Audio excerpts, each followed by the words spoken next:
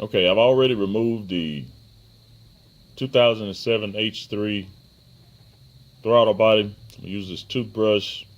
I've got some throttle body cleaner. Sprayed it down real good. Toothbrush has soft bristles.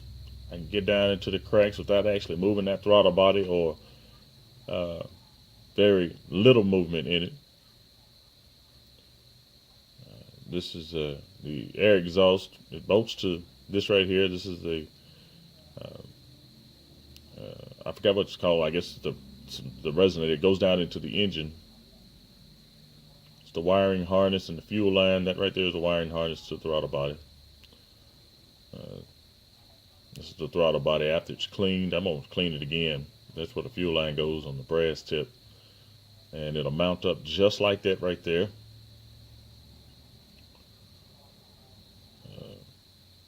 There's a safety clip that I'll show you in a minute. How it goes on there. This is the first hose. There's the boxes in between it. And this is the box right here. The air box, air resonator box, spark plug.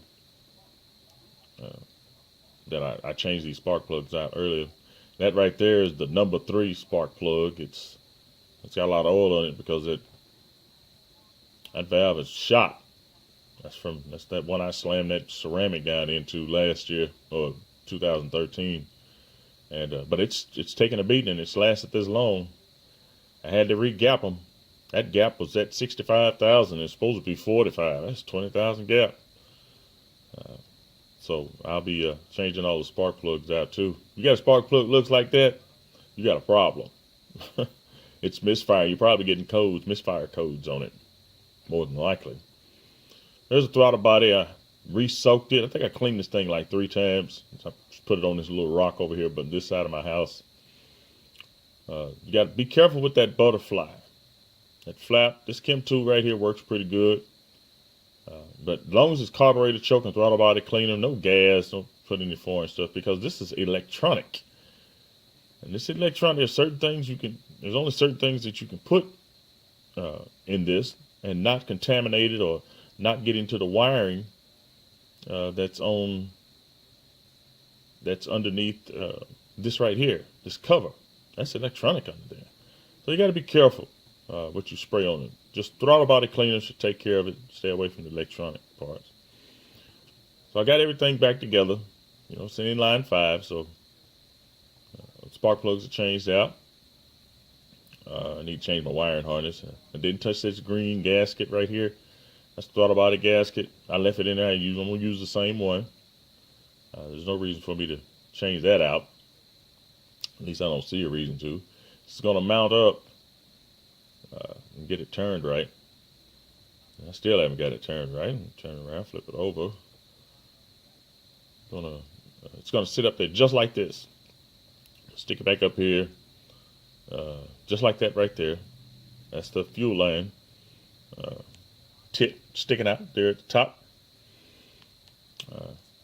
Here I'm already starting out. It's almost like putting your lugs on. You go. You can see where I did one. I don't know what you would call that bolt. 11 o'clock. These are 10 millimeter bolts. I just snug them down by hand, and yeah, I'm gonna get this. It's a 10 millimeter. This is all I use. I wouldn't use a socket. You just need to be able to do something hand tight. You can use a socket later, but to get them down, because this thing will cock on you.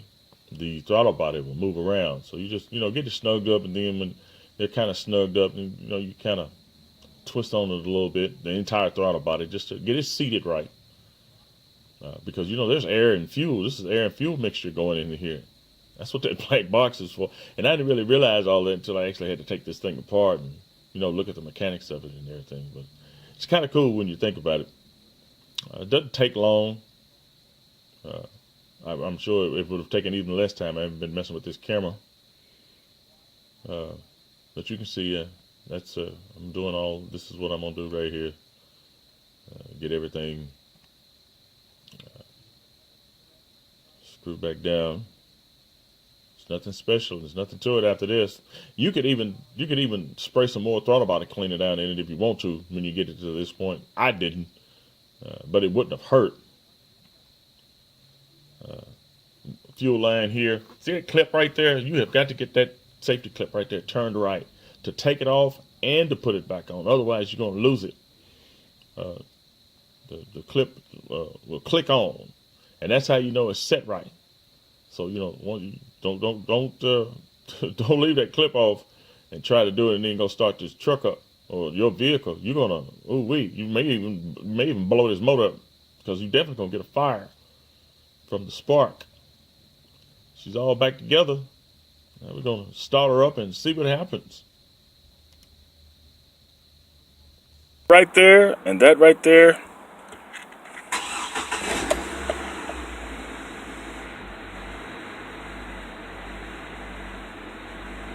Okay, the engine light is still on. I'm going to take it up here and let them run it. Might be a bad mixture, but the motor, I changed the spark plugs. I changed that, I cleaned that throttle body up. Gonna see what it does. I got the door open, that's not why the engine light's on. Engine light comes on, goes off. It just depends on if it's a fresh oil change, gas. These H3s, I imagine H2s do the same thing. They don't make them anymore, but ooh-wee.